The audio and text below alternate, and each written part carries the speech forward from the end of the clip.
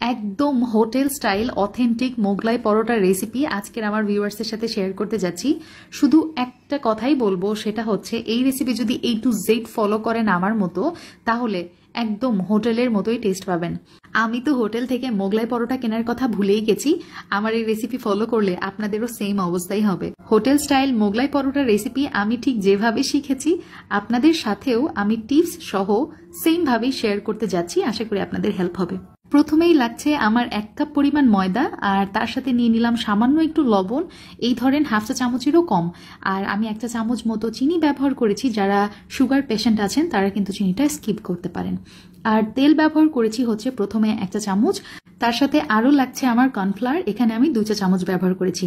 এখন সবকিছু উপকরণ খুব ভালোভাবে হাতের সাহায্যে কিছু সময় ধরে মিক্স করে নিয়েছি। তারপরে দিয়ে দিচ্ছি রুম টেম্পারেচারে থাকা পানি, যে পানিটা আমরা খেয়ে থাকি। তো সেটা দিয়ে একটু নরম করে ডোটা মাখিয়ে নিব।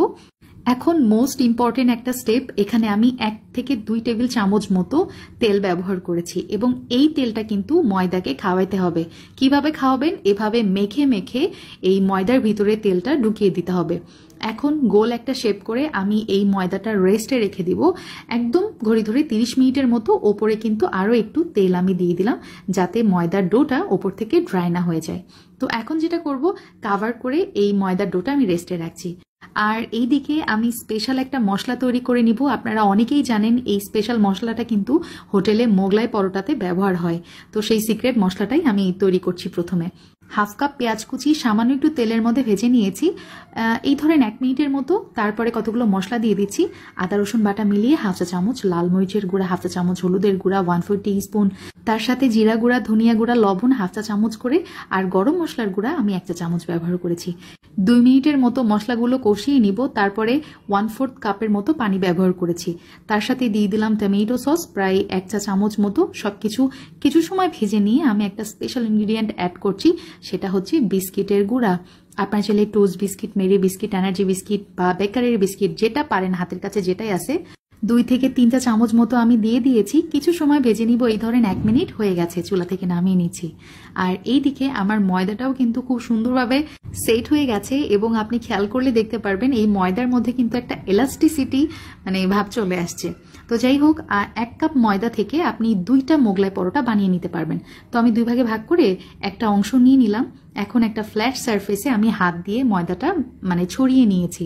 বেলাবেলির ঝামেলা নেই, কিচ্ছু না, একবারে ভেজাল ছাড়া রেসিপি বলতে পারেন।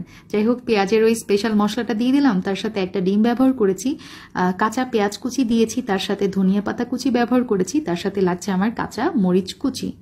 আপনাদের স্বাদ মতো আপনারা ব্যবহার করবেন। তার সাথে দিয়ে দিলাম বিট লবণ। ব্যাস হয়ে গেছে। এখন সবগুলো উপকরণ একত্রে খুব ভালোভাবে মিক্স করে নিব, আর একটু হাত দিয়ে ছড়িয়ে দিয়েছি। তারপরে এই যে দেখেন, এভাবে ফোল্ড করে নিলে, 4 কোণা করে ফোল্ড করে নিলেই হয়ে গেল। এখন গরম তেলের মধ্যে ছেড়ে এটা ভেজে নিতে হবে একটু সময় নিয়ে। আচ্ছা, এটা তো গেল প্রথম পদ্ধতি। দ্বিতীয় পদ্ধতি আরেকটা আছে, আপনাদেরকে দেখিয়ে দিচ্ছি। দ্বিতীয় ময়দার ডো নিয়ে আমি হাত দিয়ে চেপে চেপে আবারও বড় করে নিয়েছি।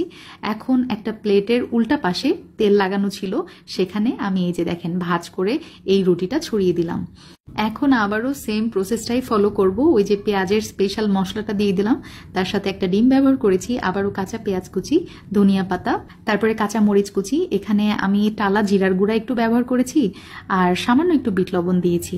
ব্যাস, সবকিছু একত্রে খুব ভালোভাবে মিক্স করে ছড়িয়ে দিলাম, আর এটা আবারও 4 কোণা করে ভাঁজ করে নিচ্ছি। দেখতেই পাচ্ছেন এই প্রসেসটা কতটা ইজি, আপনারা নিশ্চয়ই ধারণা করতে পারছেন। আর প্লেটের যেই মোগলাই পরোটা বানিয়ে রেখেছিলাম, সেটা একটু ওপর করলেই তেলের মধ্যে পড়ে গেল। আর প্লেটটা উল্টানোর সময় মোগলাই পরোটা স্প্যাচুলা দিয়ে একটু সাপোর্ট দিয়ে নেবেন, তাহলে আর তেল গায়ে ছিটে আসবে না। মিডিয়াম আছে আমি মোগলাই পরোটা ভেজে নিব, মিডিয়াম টু লো আছে। আর এভাবে ভাজলে যেটা হবে, মোগলাই পরোটাটা অনেক ক্রিস্পি হয়। একটু সময় নিয়ে ভেজে নেবেন আর কি। তো হয়ে গেছে, আমি উঠিয়ে নিচ্ছি। আর এটা যে কি পরিমাণ ক্রিস্পি হয়েছে আপনারা দেখে নিশ্চয়ই বুঝতে পারছেন। ওপর দিয়ে একবারে ক্রিস্পি, আর ভিতর থেকে একবারে সফট, যেরকমটা হোটেলে হয়ে থাকে।